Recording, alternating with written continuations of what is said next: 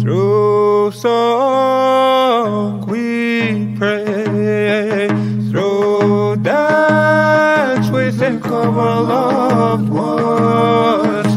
We wish for good health and happiness.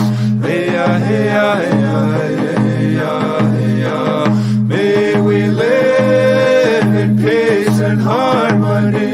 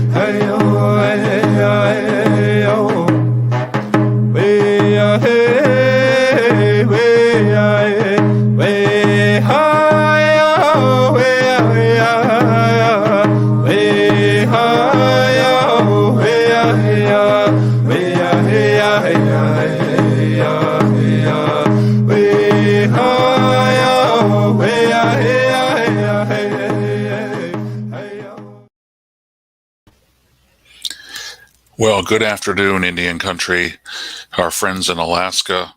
It's a snowy 2022 in many, many parts of the country, and we're glad that you're snuggling in here to talk about where we stand with the COVID-19 pandemic.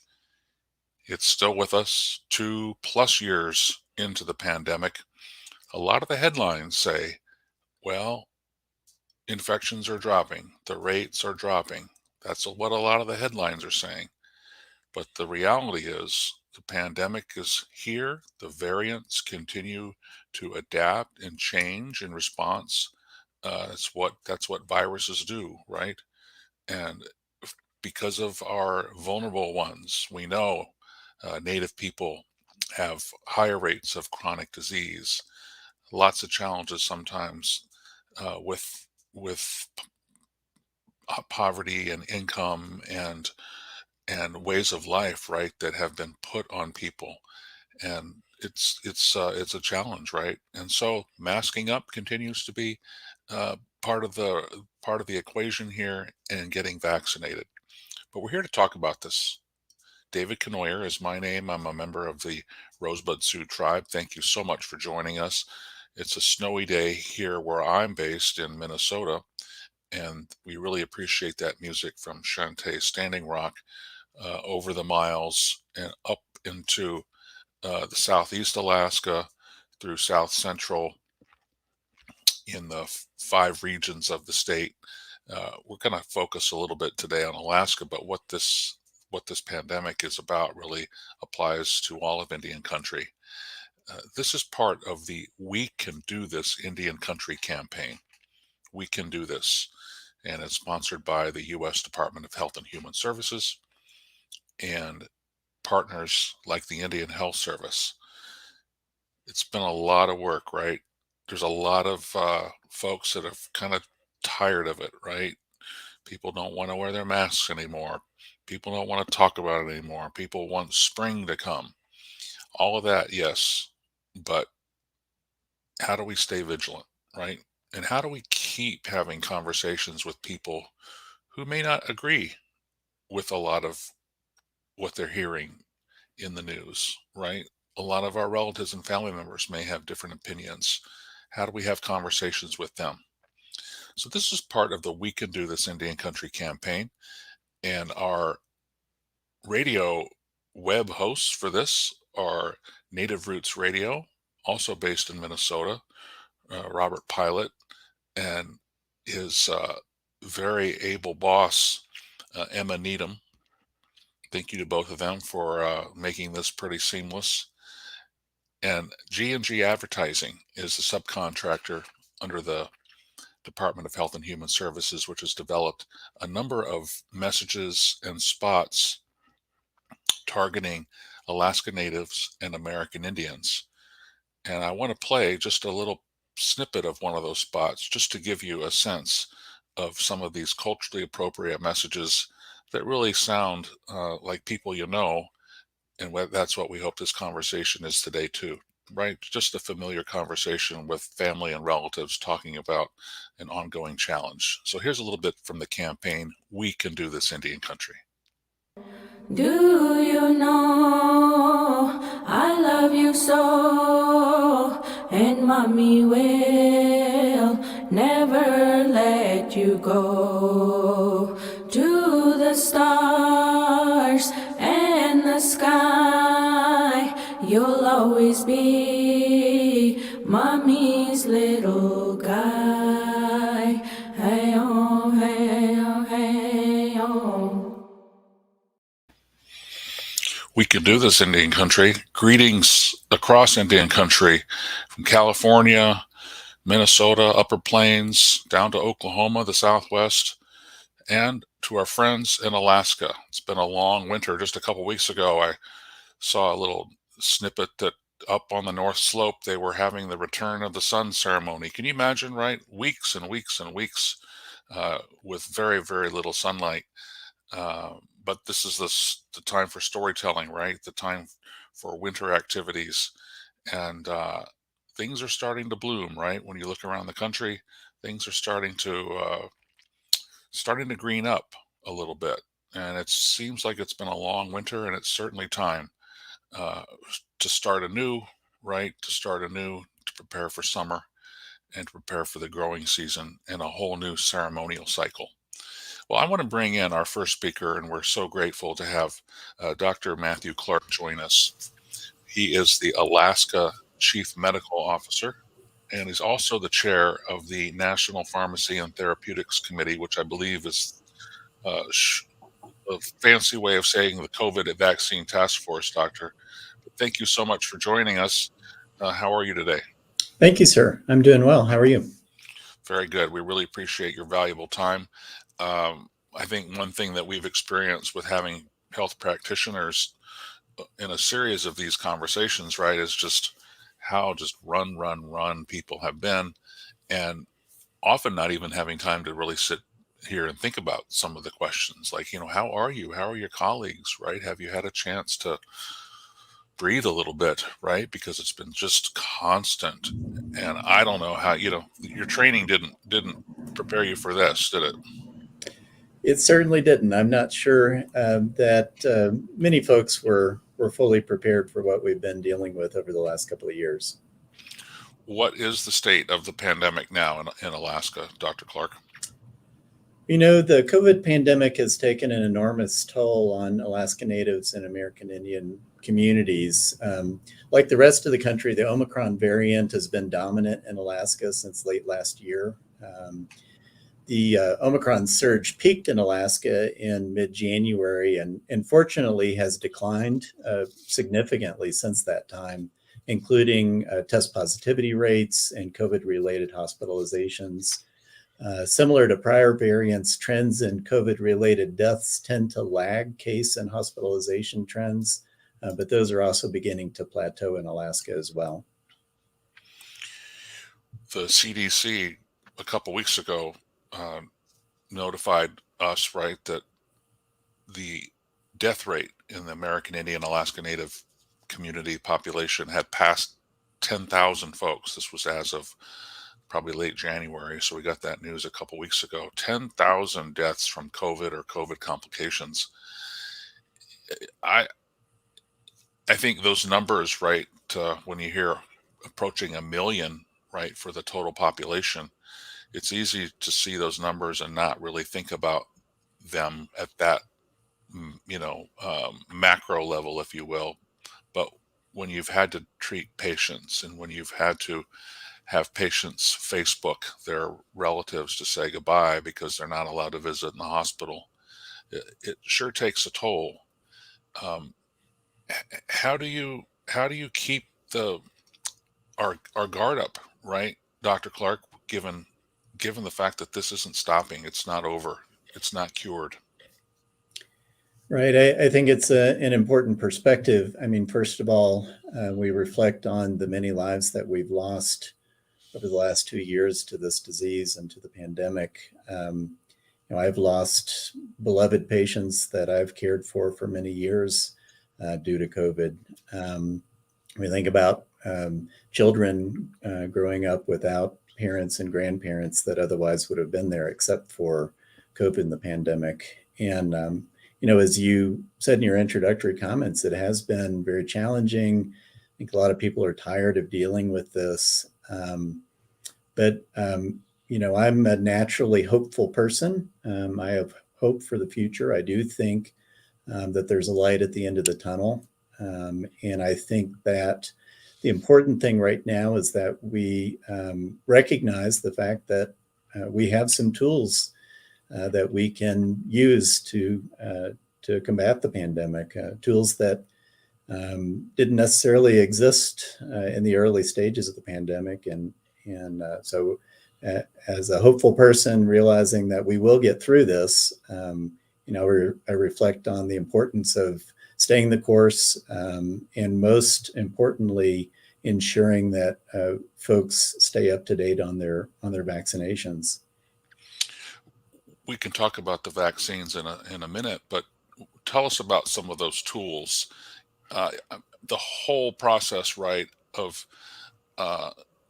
science coming up with vaccines, and the pharmaceutical industry and the researchers and the brilliant minds, right, behind them coming up now with treatments. It's almost a shame, right? This country is so concerned, rightly so, right? We're concerned often that things aren't, we're not as strong, and things aren't where they used to be in terms of America, right, being this leader in the world. And yet look at the vaccines and look at the science and the response to COVID. It's really been a really amazing process, right, that America has shown its intellectual and innovation might. And it's just a shame sometimes that we can't celebrate that and have something really to say, hey, look, we've done it. And in many respects, no one else did and no one else can. Tell us about some of these other things you were talking about. Right. So when I think of the tools in our toolbox right now that we have to combat the pandemic, I think of three things. So there are public health measures, there are vaccines, and then there are medications, so-called COVID medical countermeasures. If you think back to the early weeks and months of the pandemic, we were relying entirely on our public health measures. So things like social distancing, mask use, hand hygiene, covering our coughs, those types of things. Those all remain important, even at this stage. But as you alluded to, thankfully, through science and our modern technology, we now have other tools that are that are equally, if not more useful in combating the pandemic. So since December of 2020, we've had vaccines available, and now we have in the United States 3 safe and highly effective vaccines for combating and preventing COVID infection and protecting the vulnerable members in our community through vaccination at the community level. And then now, whereas back in April of 2020, we had really nothing medication-wise to treat COVID. Now we have, a fairly significant number of medications that are available, both for people in the outpatient setting, so people with mild to moderate COVID symptoms, and also for people in the inpatient setting who have more serious illness. So I like to think of our of those 3 general categories of tools as like the 3 legs of a stool. Without one of them, the stool is going to not be very stable. But with all 3 of them, I think that we have a very real chance of stabilizing the pandemic moving into the coming months and certainly this calendar year. Is it pretty standard procedure then if a patient is coming into a clinic or healthcare setting, and they have a number of chronic illnesses, diabetes, and so forth, and they have contracted COVID? Is it pretty standard then to give them these medicines up front then to help them?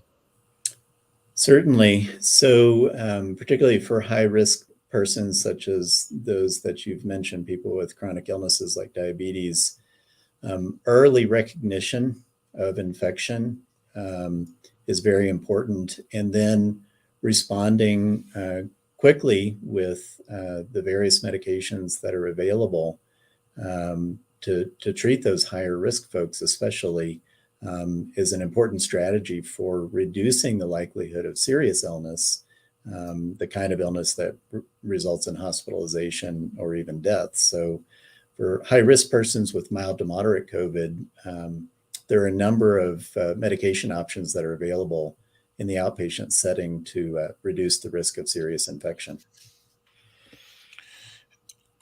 Let's switch to the vaccines now. And I think nationwide, there's still 30% or even a little more than 30% of folks who are not fully vaccinated. And that means there's 70% or so that are, which is, getting there. Um, why still get the vaccine after, say, we've seen all these Omicron variant infections, right? And I might have some natural immunity. Why should I still get the vaccine? Well, the science is clear. Whether you have been infected with the SARS-CoV-2 virus, the virus that causes COVID-19, and regardless of the variant and regardless of when you were infected, vaccination still protects you from future infection. And most importantly, it protects you from serious future infection. So, some of the studies during the Delta era, which was not too terribly long ago, showed that folks who were known to have been previously infected could reduce their risk of serious reinfection twofold by simply getting vaccinated. So vaccines remain, a critical part of our preventive efforts, even in the wake of the Omicron surge, and even in the, this 2 years into the pandemic, where a lot of people have been infected and reinfected. Vaccines are still a very important tool to preventing serious future infections. What are you saying in terms of young children? Right, that Pfizer vaccine has been available for children 5 and older for some time now. Nationwide, I don't know, beyond native populations, but nationwide, there's still a long way to go, right, with vaccinating children. What are you seeing with the interest and some of the questions that families have? Sure. Well, let me first put it in perspective. So, to date, over 2.1 million doses of COVID vaccines have been administered in the Indian Health Service at our federal, tribal, and urban facilities. We've had over 1 million people at IHS facilities receive at least one dose, over 850,000 who are fully vaccinated, and almost 250,000 booster doses have been administered. As you're probably aware, children ages 5 to 11, so school-age children became eligible for COVID vaccination back in late October of 2021. And since that time, IHS has been working to make sure that these safe and effective COVID vaccines are available throughout our system of care to school-age children. If we look at it in the broader context nationwide, over 9.3 million doses of COVID vaccine have been administered to children ages 5 to 11 years old. But that's only about 3.7% of this age group, and this age group makes up almost 9% of the US population. So partly because this age group is the most recent to become eligible, rates of vaccination are not as high as for other age groups, but they are increasing. And we know that children who are not fully vaccinated remain susceptible to infection, including serious infection. COVID vaccination is especially important in young children to reduce their risk of a condition known as multi-system inflammatory syndrome in children, or MISC. And so there are a lot of reasons why parents of young children who have not yet been fully vaccinated should be considering taking their children to receive their vaccines. We know that these vaccines are safe in this age group. We know that they're effective in this age group. And really, I think it just boils down to, answering questions that parents and caregivers may have, and addressing any concerns that they may have. I mean, I can tell you my children are older, but, I have 2 school-age children and 1 in college, and all 3 of them have been fully vaccinated. I believe very strongly in both the safety and effectiveness of these vaccines. So it continues to be a challenge, but a challenge that I think that we can meet, and we just have to do that one person at a time. Yes, I've got kids just a little bit older than yours. Same with them. One's in college, and she had to be vaccinated to go back to college, right? And then tested, and lots of precautions that the institution was doing, and they also wanted to be vaccinated so that they could see their grandparents over the holidays, the winter holidays. So we didn't have that in 2020, so it was sure kind of a blessing, right, to be able to travel to see your grandparents who they love to see. And a lot of these young kids, right, in our community are living in multi-generation households with elders and grandma and grandpa and aunts and uncles, right, who aren't so young anymore, and who have contracted a number of diseases, and the vaccine keeps all of them safer than they would be, is what you're saying. That's what I hear anyways. What about long COVID, doctor? It seems like there's more in the news about every couple weeks about what we're learning about long COVID, right? Every body is different. Every person is different and reacts differently to the symptoms. But what are we seeing that could happen to more people who get seriously ill? Well, long COVID is an issue. So again, in terms of background, there are a lot of names for this. It's also known as post-COVID, long hauler syndrome. The medical terminology is post-acute sequelae of COVID infection, or PASC. And just so everyone understands, this is a condition where symptoms of COVID persist for 4 weeks or longer after initial infection, or when new symptoms develop 4 weeks or longer after infection. And this can even occur sometimes in folks who were not initially symptomatic with their infection. It can affect multiple body systems, including, just to name a few, the heart, the nervous system, the kidneys, the musculoskeletal system. And while the estimates vary, somewhere between 30 to 70% of people infected with the SARS-CoV-2 virus, which is the virus that causes COVID, may experience some degree of long COVID symptoms. As far as who is going to go on to develop long COVID, that's still being studied. There was a recent publication that identified 4 risk factors for developing long COVID. There may be others, but those 4 included having a high viral load during initial infection, the presence of certain autoantibodies. These are the types of antibodies that cause other conditions like rheumatoid arthritis or lupus. Reactivation of Epstein-Barr virus, which is the virus that causes mono, and which many of us were exposed to as adolescents and carry with us for a lifetime. And then a history of type 2 diabetes. So those four risk factors were recently identified as increasing the risk for long COVID symptoms. But I also want to point out there's a lot that we still don't know about long COVID, and there are certainly many studies that are ongoing. Right now, treatments, for instance, are largely supportive at this time. Maybe the day will come when we'll have specific treatments that target long COVID. But I will say this, we do know that the best way to prevent long COVID is to prevent SARS-CoV-2 infection in the first place. And the best way to do that is to make sure that you're up to date on your COVID vaccines. Absolutely. I'm looking at a graphic here on my other screen, and that talked about just what you did with the 4 areas: the brain,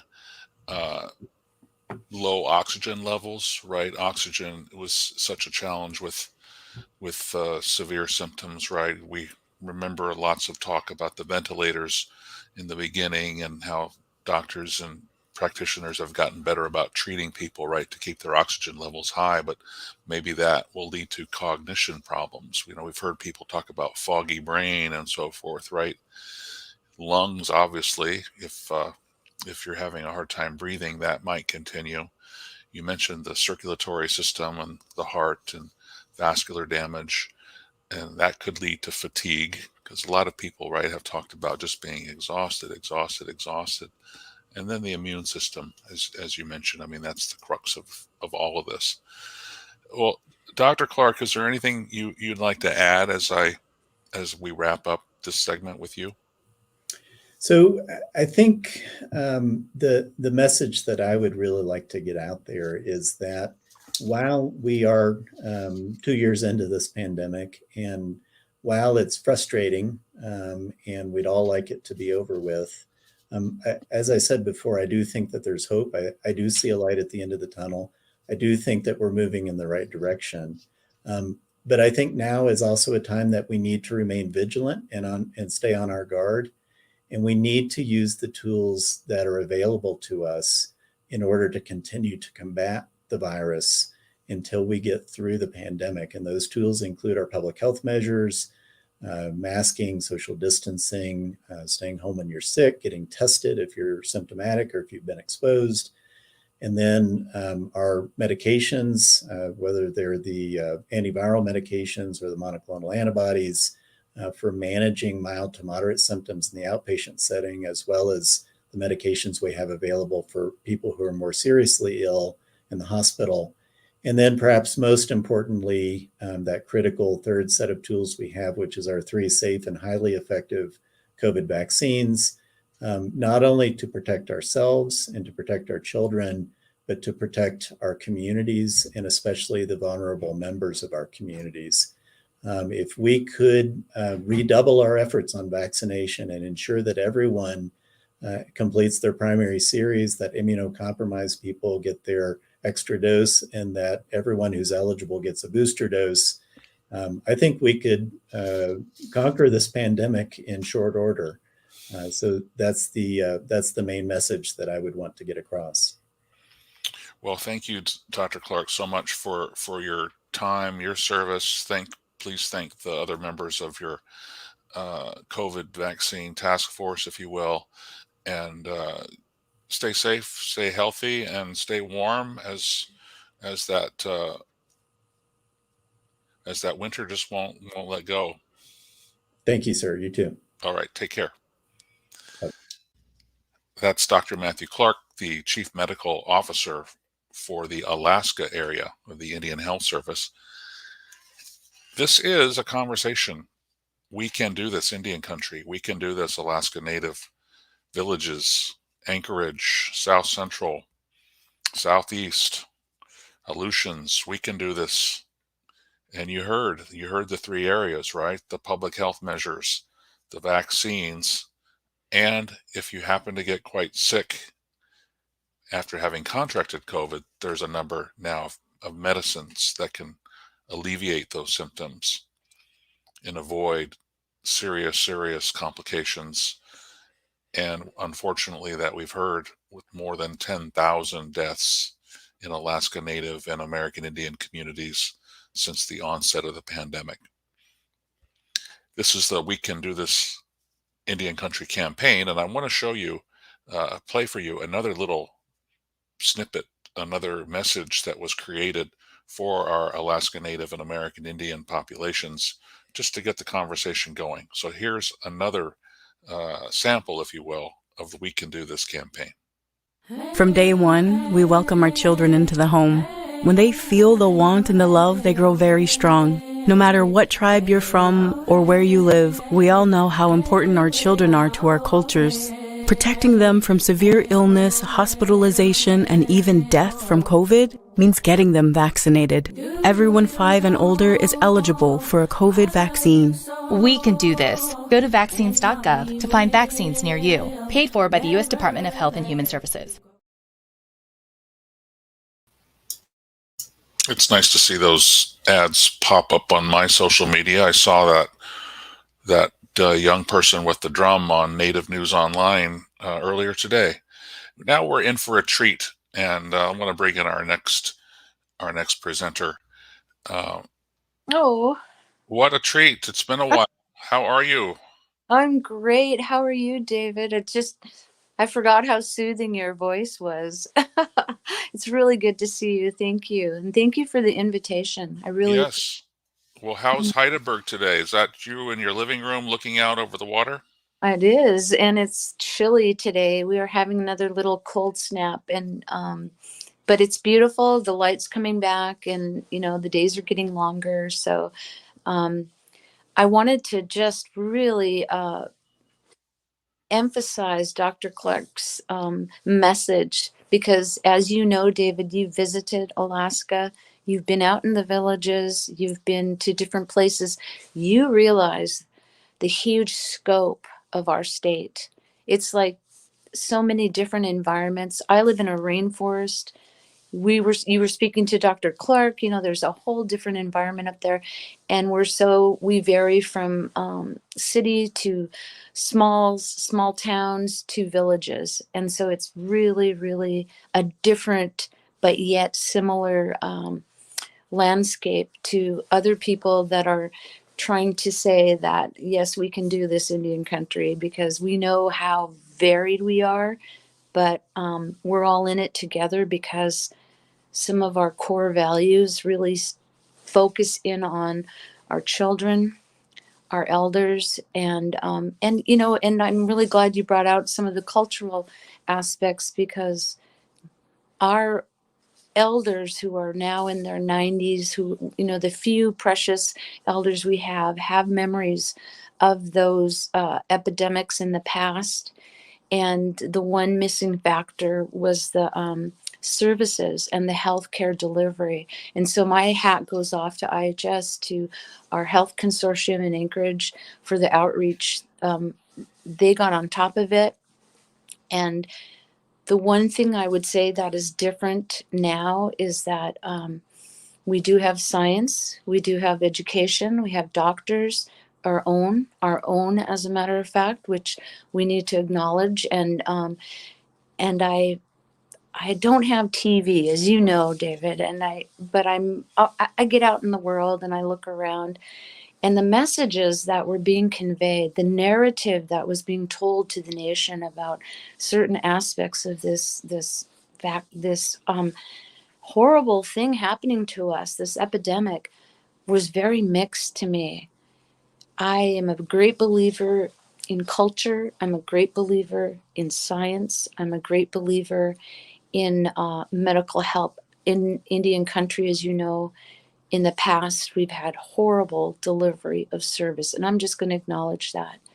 Our death counts were very high for our babies, and lack of care was really the battle cry, get us more help. Well, this epidemic has proven to me that some of these systems that they put in place could be used effectively. If you could reach Heidelberg, Alaska, and I could get the first vaccine, I could get the second vaccine, I got the booster. Heck, if they had another one, I'd get another one. So that message had to go out because I was hearing things that were reacting to a national anti-vaccine whatever. And I do like to ask people, why do you believe that, or why do you think that? It's not based on facts, it's not based on science or any of our core values, that talk about protecting our community. I was just lost, and really it was really a narrative. And so when you say we can do this, Indian country, that's my narrative, and I'm sticking to it. I didn't even introduce myself. I apologize for that. Yeah, who But are you? yeah, who the hell are you, lady? It's really, we're practicing in our language class, in our immersion.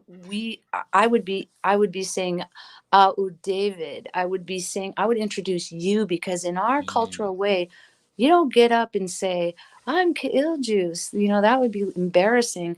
But sometimes we're putting these forums where we have to explain who we are. My name is Juice, and I am a member of the Yaklanas and Yakjanas. That's my clan. I'm a double fin killer whale, and I come from Heidelberg, Alaska. I am, on my mother's side, a Haida. My father is from Metlakatla, Alaska. He's a Simpson eagle.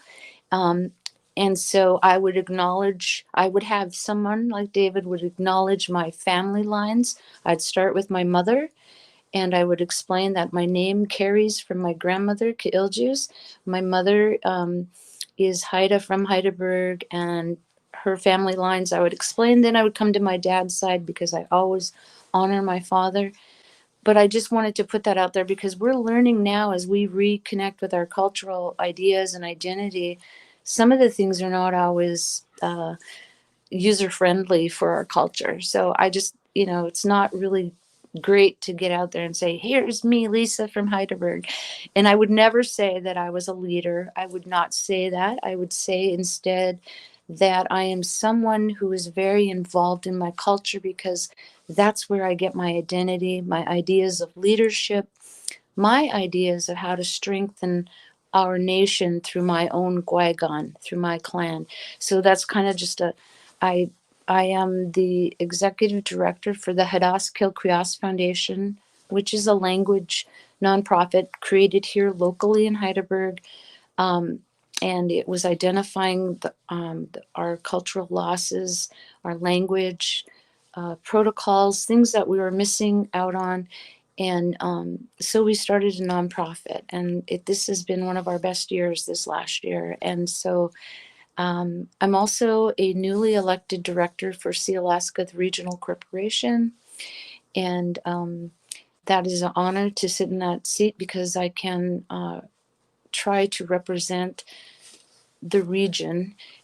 Specifically, I am from Prince of Wales Island. So although I represent all shareholders, all 30,000 shareholders, I have a connection with and feeling for this southeast region. So mm. above all, I'm a nana, I'm a grandma, I'm a mom, I'm a proud Native woman, and I'm not going to be afraid to say that this is a time of deep mourning for the elders that we haven't been able to honor. We had, I think, 5 losses in Ketchikan, where we had moved elders to the only facility that they could be moved to, long-term care. I think it's called the Pioneer Home, and we had 5 deaths, and that's a lot for a village of 400. I mean, that was just back to back. And so I can't imagine what people are dealing with in Indian country, because it is ceremony. It is very, very important to us to pay our respects to those that have left us. So when we come away from this sadness and this time, I'm looking forward to not only honoring them, but to also letting them know that we as a tribe, as a nation, we've survived it, and that, like our ancestors, we can do it also. So yeah, I think about everybody outside of my community, because we got lost in the number of losses, but we can't lose hope, of course. And I think that the one thing that I'm willing to say out loud, because it really bothers me that we don't stand up for our elders, because I have talked people into getting vaccinated, and I've told them, number one, if they were aware of polio, and had they ever had a shot, and maybe they hadn't been around long enough, but the actual sickness of the disease doesn't go away. We get fooled into this security thing of it leaving us, but it doesn't, and it's part of this environment. So it's just like this one that's in front of us. It might get a ventilator type of it, or you might get the easy part that's coming down, because that was the argument I heard was, oh, it's nothing now. And I said, well, here's my argument. You may be spreading it to an elder who has a very low tolerance. You may be spreading it to a child who, if they should be infected, this sickness is brutal on them. So I don't believe you have the right to not protect those that we love. And so that's my story. And I'm also an attorney, so I like to have my arguments, but in my heart, I really believe that that's true, and that I am not a scientist. I pay deep respect to anyone who studies and understands sicknesses. I'm not a doctor, so I listen to well-respected people in that field, and they are experts in that field for a reason. And the reason is that we respect what they're telling us. So it's really good to see you, David. Yes. I was listening, and it was just amazing, and I'm glad I made it. I was away for a while, and I came back home. So today's a beautiful day to be sharing why we can do this, why Indian country can beat this, and why we must be united. When we're together, we're powerful. So let's do it. Let's do it. Thank you so much. And I just love how you talked about your clans. I was more familiar with the Navajo protocols, right? And there's a lot of Dene Navajo people, right? So you tend to come across them quite a bit, introducing clans on all sides of their families. And I didn't, sometimes it kind of just feels like, yeah, I do this because that's what we do, right? And I'm going to tick them off, talk through the four clans, two on each maternal and paternal. But last summer I spent some time with doing one of my videos, and that's where I met you. Was doing a video on a leader, and this was a Dene woman who was a leader, and of course she talked about her clans, and everybody, right, that I talked to about her did the same thing, and they also talked about, she's a young leader, she's a young person. And it wasn't until I realized who her parents were that I'm like, oh, that's why she's so powerful, right? And so to see that in action, and to see your involvement in the community in action, I mean, that's what it's all about, right? And then to be able to make those connections to ancestors who did the same thing, and that's how people know you, right? Yep. That's true. It's a small world too. Indian country, it is a very small world, depending on what you're involved in. There's a crew of people. Native attorneys, for example, you know, it depends on your generation where you got involved, but it's not that big of a world. And it's the same with the cultural, it's the same with the language, people who are involved. And I see it as the true road to empowerment, the true return to our real selves, and the incredible, through the language you can learn the incredible power of your ancestors, and our language is 14,000 years old. You learn one word and you're learning more history than anybody, you know, and the more you learn, hopefully the more you'll have to pass down to those next babies. And David, you bring up a really good point. We're doing a naming for our Guigon in May, and we're doing it a little different because of this sickness, this COVID. And it's really about bringing back the power of our names and the names connection to the land and the property rights of the names. And so being brave enough and being bold enough to say, this is who I am. I'm not a person that exists in a book. This is the real deal. It is very empowering. And I'm hoping that when my grandchildren have grandchildren, that they will have immediate connection instead of this. We have gaps in our knowledge because of our history. I want them to be on solid foundation. That's what I'm building. And I know there's others out there in Indian country that are doing the same thing.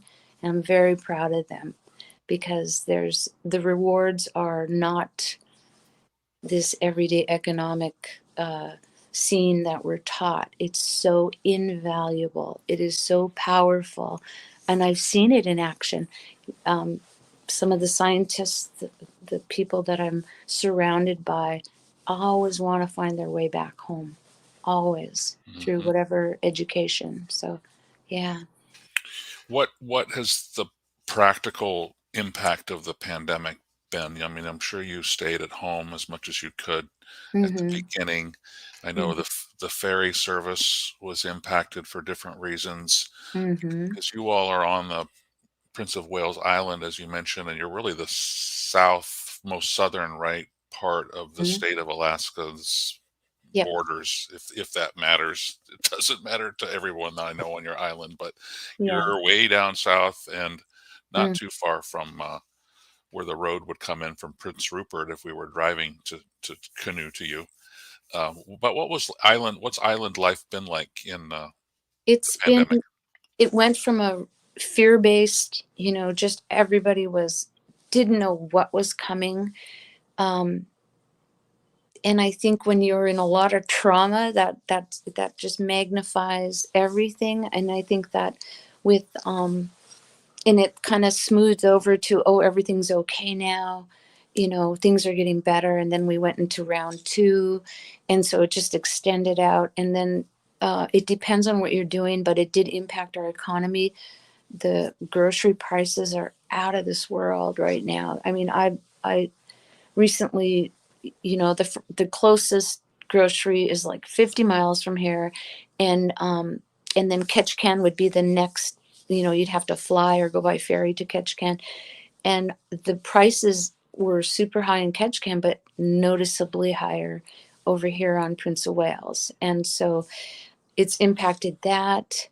The state of Alaska itself is going through some crazy stuff, you know, with the oil prices dropping. There's a correlation between that and their budget. And so statewide, you know, we weren't getting a lot of services. And the number one thing that was impacted was our ferry services, because we have a marine highway, that's what it's called, and we don't have roads to different places. And so the state doesn't view it that way. But now I think there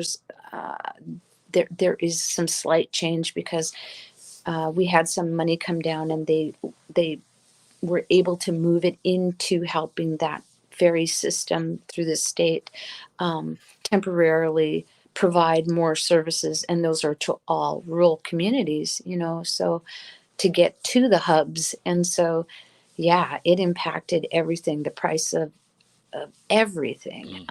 Yeah, so I think it's been hard. There's been a lot of COVID relief dollars, but those are chunks of change that come in, and there's things that we need. I mean, we're always going to need, and everybody's going to come through that recovery. So, yeah, there was a big impact, big, big impact. And I think a lot of it too was knowing what to do when there's a death, because some people respected it and held off, and others went right ahead. And I know everyone in the country had to deal with that, and that was tough because we are taught a certain way to behave, a certain thing, do certain stuff. And if you're not from our culture or you're not from our areas, you don't understand that. It's a very different concept in a non-indigenous world, and that's okay. It's just different. COVID hit us 100 times harder, and I think we're going to have to, like I said, when this is over, I know that our Guigan will probably pay homage, our clan will pay homage to those that have left us, but we're not going to stay in that place. We are going to continue on and be grateful and be thankful and be happy that, what can we do to get stronger? I think that's a message that I would say, not only can we do this now, but we're going to use this to make us stronger in the future. Mm. Wow. Mhm. You're one busy person. I don't know. No, I'm not. I'm not.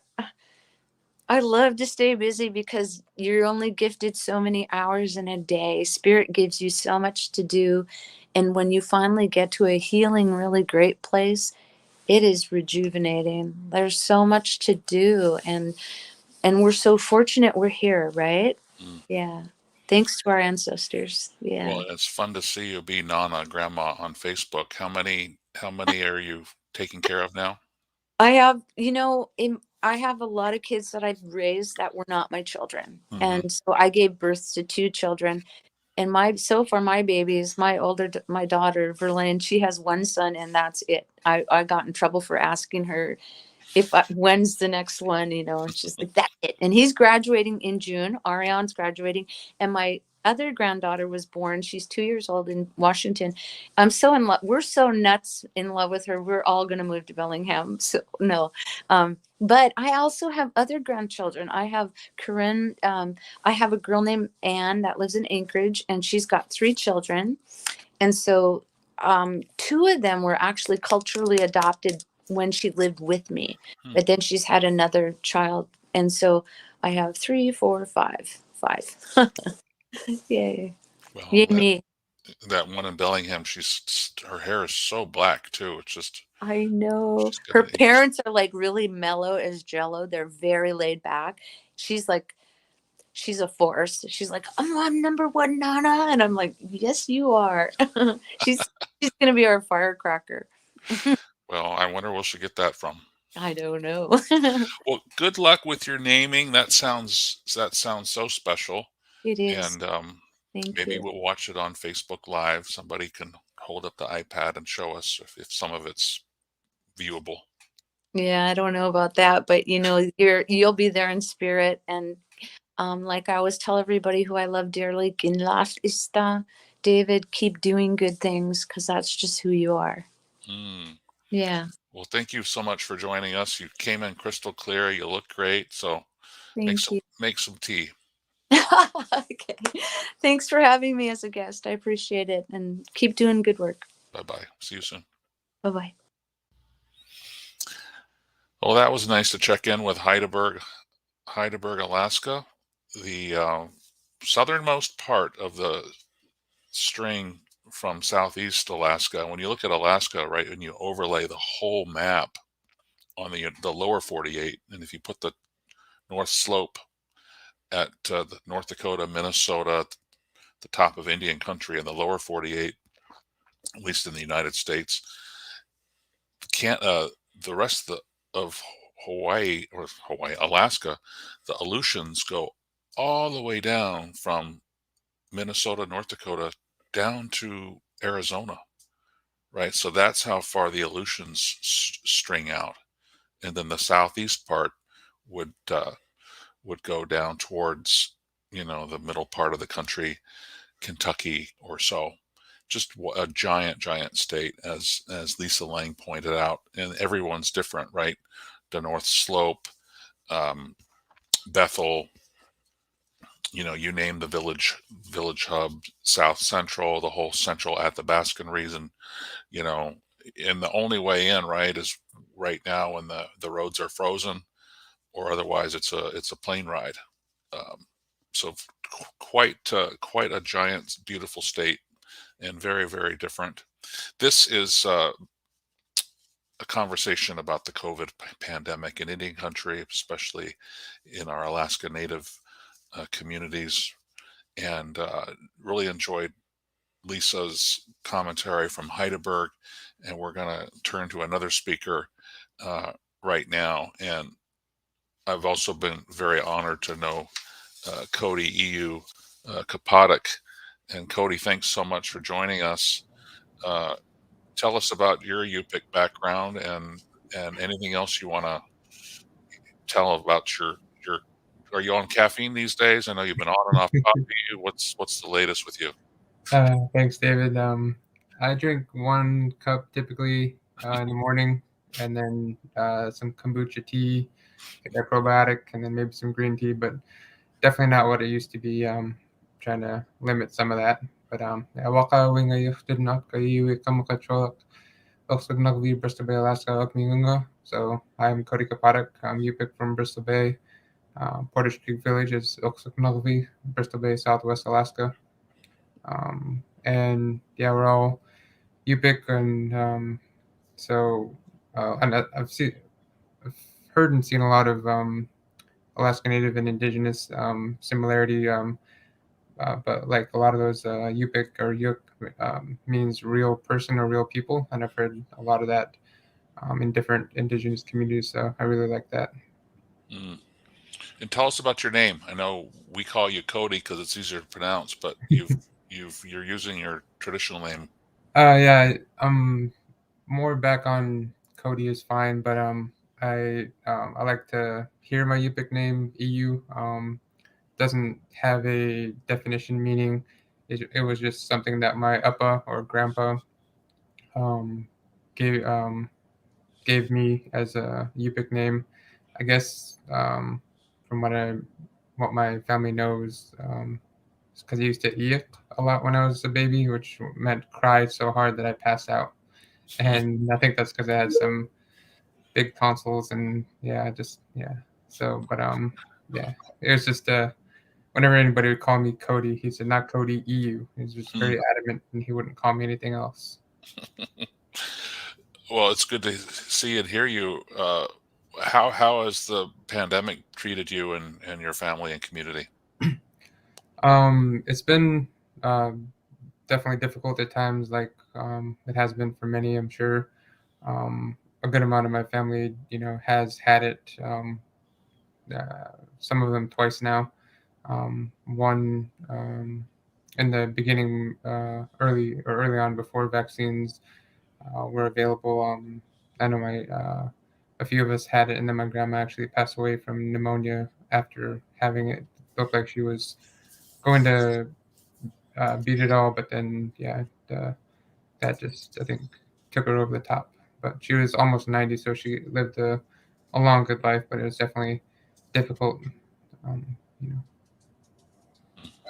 Sorry about that. You've also, when did you finish your master's degree studies? Was that in December or things Yeah, I November? just finished in December. Finished with a master's in project management and got my bachelor's in civil engineering. And that's my position as a civil engineer for one of the government agencies. How did were you in person for a lot of your classes, or did it go all virtual as you've worked on your grad? Finishing up my last semester of undergrad, we went full virtual, and then they're trying to do some in person as well. I'm still opting for the virtual when I can, especially because the the graduate courses that I'm in now, since I'm applying for engineering PhD next, just because why not? Their classes are typically in the evening, and I even in some of my finishing up my undergrad courses, I told my friends that I'll be in my comfy clothes and fuzzy slippers and ready for bed when class gets out, rather than leaving campus at 8 or 9 p.m. And I see you said in the chat that Bristol Bay, Dillingham is in Bristol Bay. It's just Bristol Bay is the region. Dillingham is the city I was born in. Okay, so I wasn't wrong. I knew there was a Dillingham connection, but I know Bristol Bay is pretty big. Yeah. What's it like between living in Anchorage and then those times you do get back to Bristol Bay? I mean, how's the pandemic been different or the same in those two different places? So Anchorage, you've got it's a major hub for the state. You got the ports and the major international airport. So I remember, gas prices were the lowest I'd seen in years for a little while, and then now they're back up to normal again. And then the panic buying at all the stores, shelves were cleared. All the different memes about the toilet paper and everything. We went through it all. But for Dillingham and other rural communities, they don't have any. They're not connected to the road system at all. So everything gets shipped in by the barge or airplane. And yeah, in Dillingham, there are actually no stoplights. It's all stop signs. And Anchorage is pretty much like any, I don't know. It feels very vibrant because there's so much diversity, and yet at the same time kind of conservative too, because a lot of people who've moved to Alaska, right, are lift you up by your bootstraps type folks, and they don't want to be bothered with too many rules imposed by outsiders or whatever the mindset is, right? So it's a kind of a balance. Yeah. There's definitely a plethora of all kinds of people here. But yeah, it's definitely more of an urban setting. We have the streetlights here, Costco, everything, and all the major hotel stores. Is where most of the industry jobs are. What's your winter been like? A lot of working from home and classes from home, and so it's just spent a lot of time behind a couple monitors, and trying to keep up to go outside once in a while and do some exercises, or try not to outgrow some of my other clothes that are not pandemic stretchy pants. Right. Is it pretty common or do you see masks in stores anymore, or does it just vary by the store? It varies. You'll still see people wearing some, are wearing them. You'll see people not. There are some stores, some places require them, some places highly recommend them, but we all know how that can go. And then I've also just noticed that they're wearing them and just not maybe wearing them so correctly, like with the under or not covering the nose or even down in their chin. It's like they're wearing them as the requirement, but they're not really effective. So it's just interesting to see. Is it different in Dillingham? Are people a little more focused or similar? Still has the same, just like anywhere, you've got all kinds of differing perspectives and opinions and frustrations with, trying to work with some of the guidance that's been put out, and then other people who are just, don't really want that imposed on them, I guess. So tell us a little bit about Bristol Bay. What is the plane ride over from Anchorage to Dillingham? What, 45 minutes, an hour maybe?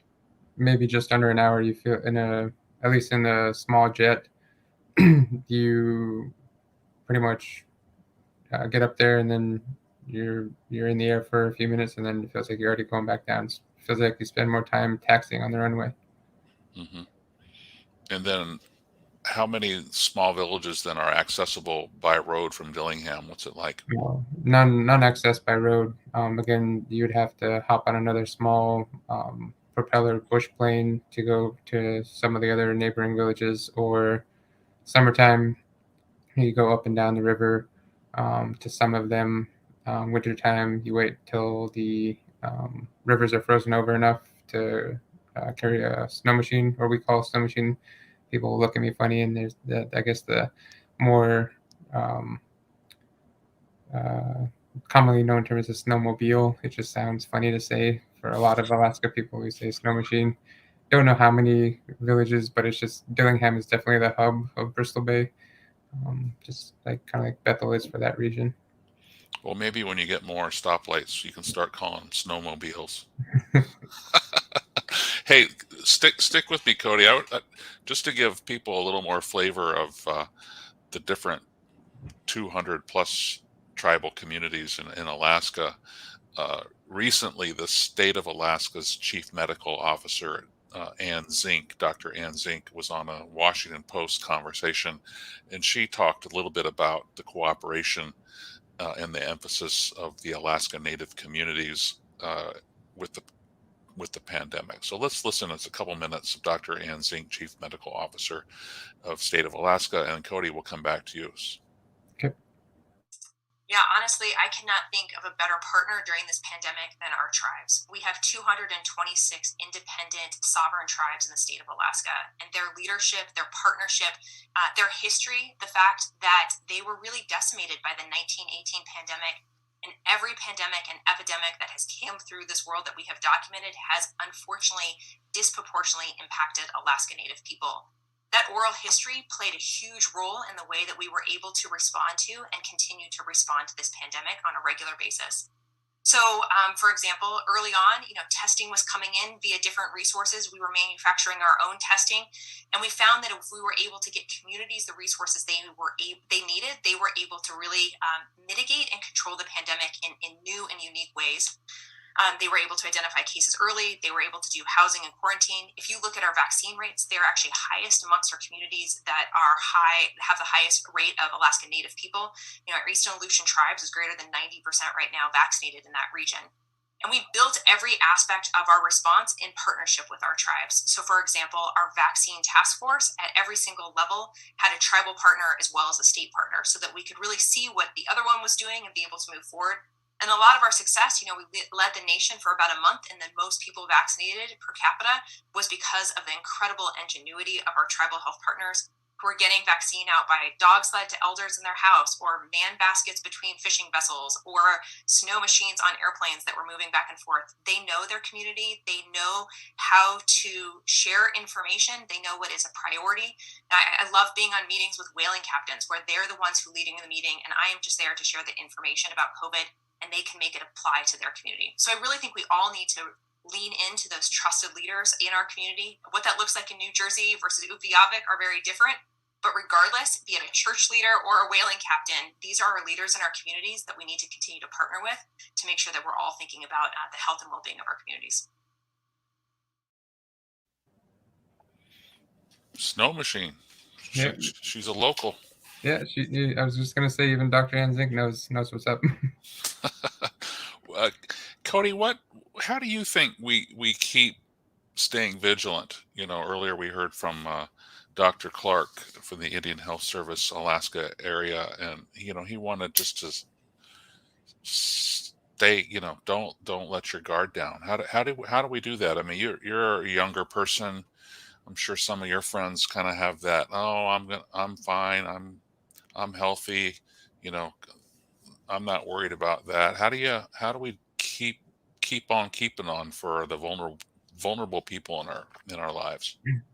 Yeah, and I think that's just what I try to keep in my perspective, and for the people who think similarly, that I mentioned that I lost my grandmother because of it, and then that was early on, and then even just last month, I believe, one of my aunts lost her grandson, And so it's, that's just, I feel like there's a lot of that whole saying, you don't really, um, you won't really, I don't know how exactly it goes, but when it hits closer to home, then I think people might reconsider and take it a little bit more seriously.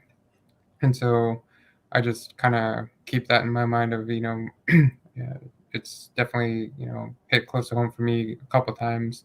And, um, and it's not just the elderly or the compromised, those with compromised immune systems, but even the younger people are, we're seeing that as well. But um, it's just having that selflessness of, doing our part to try to do the if vaccines if people are willing, and then masking up. It's just, I don't think it's going anywhere going away anytime soon. So gotta keep trying to work with what we know and listen to the scientists, doctors who know more as the guidance comes and they learn more.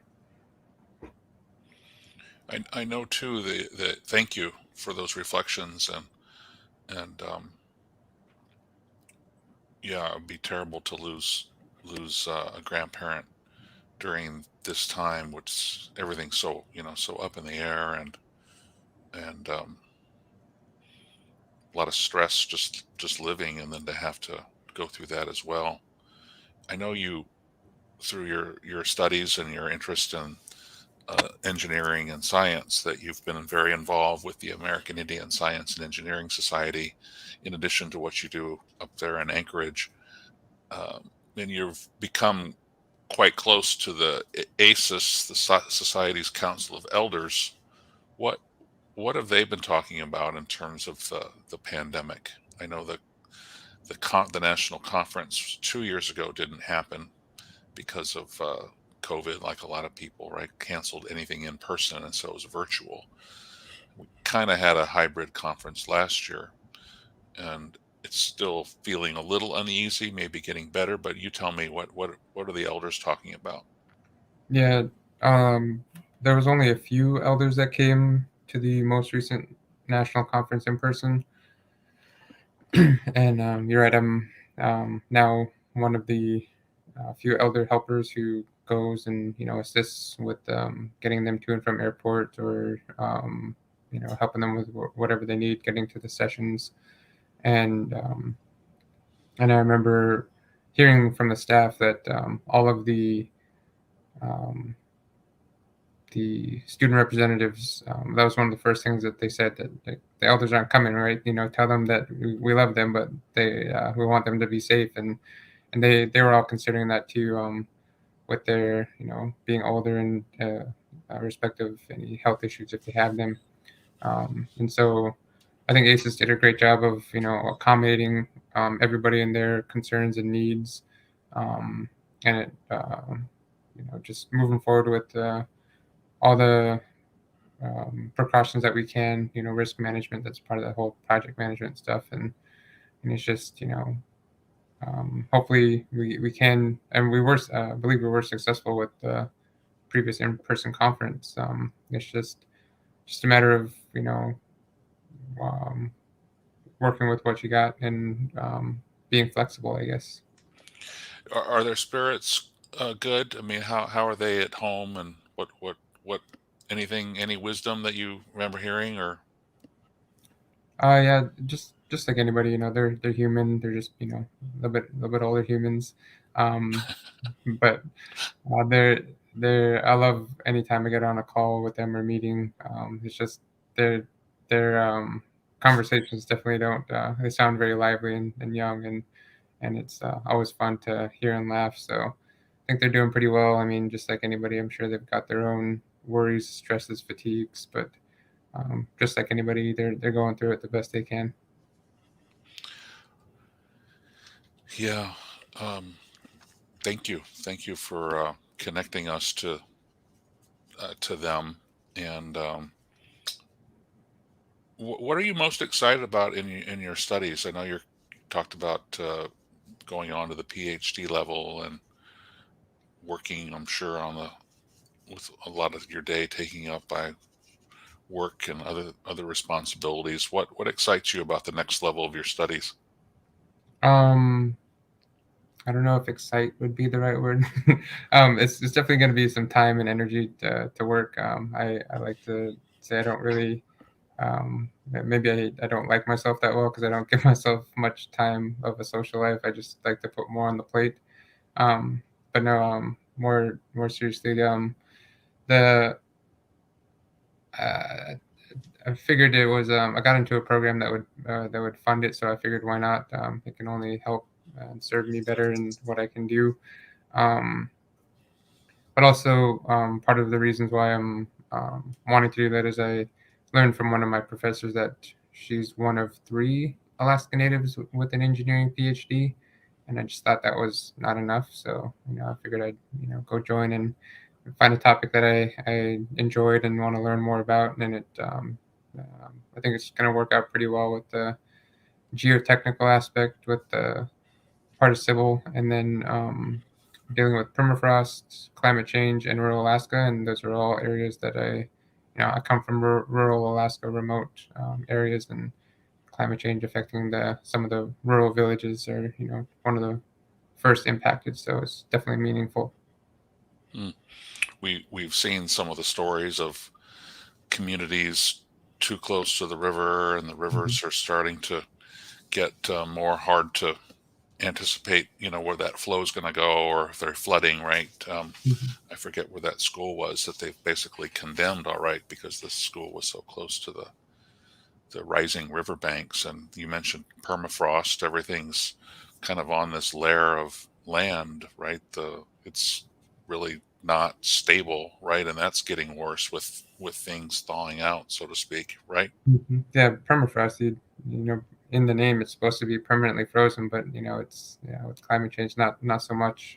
So um, one of the ideas I think is looking to see how we can get some of the warmer air or warmer stuff away from the permafrost. So I thought that was interesting. So might look into that. But yeah, that coastal erosion, everything, um, and I've heard some of them comments or people talking about why do they live there? Why don't they just up and move? And it's not easy to move a whole community, and that's where you've known and lived your whole life, and then back and even more historical, like a lot of these communities weren't even um, established by our people. It was like when you wanted school, you had to stay in one spot, and we were a little bit more nomadic people earlier. Some of these were fish camps, and then they said if you want the school funded, you got to stay in one spot. So it's just interesting how a lot of the outsider views kind of try to recommend or dictate some of what we should do. Hmm.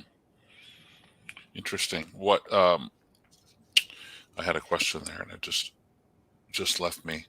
What what's your transition like from winter? I mean, you look outside in Anchorage and you still got snow, and snow won't melt because it's sort of, gotten just hard on the roadsides. And when does spring really come, and then what happens? Well, right now we're in this weird um, spot. I know people do a lot of memes about it, but it's like full spring where things are melting, and then in like a day or two it'll change back to everything's frozen and snowing again. So um, yeah, right now it's a lot of puddles, ice. Some of the roads are dry, but then like right now I think it's above 40 degrees outside, Hmm. and school is actually closed. It's 45 degrees, and like the university campus is closed for some of that road safety. Um, and then yeah, it's just um, wondering if this is going to continue or if it's going to freeze up and snow again like it does. Well, we appreciate your time. Any final words as we start to wind up this conversation? Thanks so much for joining us and spur of the moment. Yeah, I just like to say the trying to keep an open mind, open perspective. Be considerate. And I know there's a lot of people with differing views, opinions, or whatnot. But I just, try to be a decent human being. That's my big goal. Well, that makes you pretty unusual based on my experience. But Cody, thank you so much for your example and your hard work. Like Dr. Kapotic, that sounds got a nice ring to it. Yeah. What, 4 years, 5 years? Probably 4 or 5, yeah. Well, it's going to be almost close to 2030. So come on, speed it up. You gotta go save the planet sooner than that. I'll work on it. All right. Thanks. Take care. Thanks for joining us. We'll talk again to you soon. All right. Fair enough. Thank you very much, David. All right. Bye-bye. All right. EU Kapotic, a engineering bachelor's student, project management master's student, and then he wants to study PhD engineering as a future doctorate. He said that only three Alaska Natives with PhDs in engineering. So he's going to join a select company one day, balancing responsibilities and work, right? Not just going to school with nothing else to do in your life. So thanks so much, EU, for taking some time and joining us. This has been a great conversation, touching base with our relatives and friends in Alaska. How's the COVID-19 pandemic been? A lot of COVID fatigue, a lot of loss, but looking forward to spring. In Heidelberg, they're going to do a group naming of people, right? Because our names are so important. Even our settler colonized names, right? They're who we are, but many folks are lucky to have a traditional name and family names and clan names. And that is your tie to not only your ancestors and your living family, right? But to the land and to what that clan is responsible for, and what your commitments and purpose, right, are all about. So thank you for these stories from Alaska. This has been a great conversation. We Can Do This Indian Country. For more information, wecandothis.hhs.gov. There's resources there targeted at Alaska Natives and American Indian populations. wecandothis.hhs.gov. And anything you want to know about the vaccines that Dr. Clark mentioned, Pfizer, Moderna, and J&J, and where we stand on boosters. Everyone needs the first shot and a booster, and that means you're fully vaccinated. And as of now, that booster is all right now that's been recommended, one booster, and that's the current status. So if you've been boosted, you're good. I would say the young people would tell us to hydrate and eat more green vegetables, and work on our other parts of our life, right? So we can be healthier and walk and exercise a lot more. But this has been a great conversation. Thank you so much for tuning in. Thanks again to the Department of Health and Human Services, the Indian Health Service, G&G Advertising, and Native Roots Radio, and for all of you for tuning in. We will see you down the road with more of these conversations. And for now, David Kenoyer, stay safe, save well. See you next time.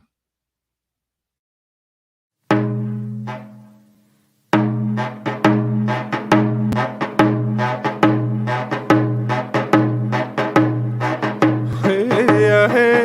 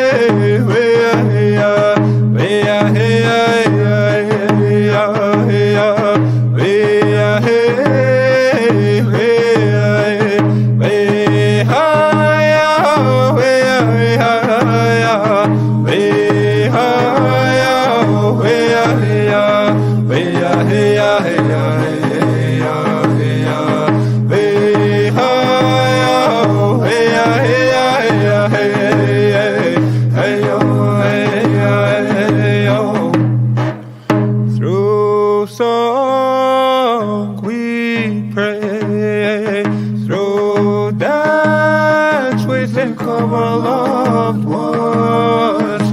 We wish for good health and happiness.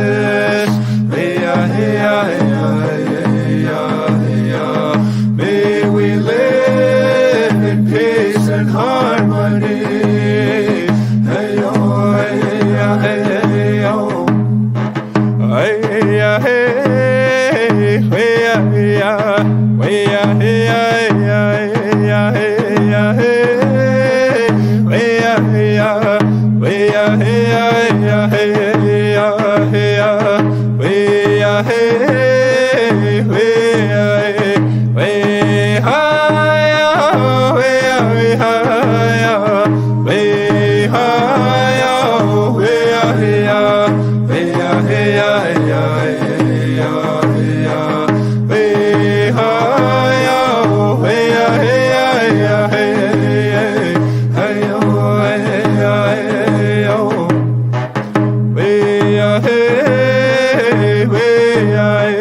Way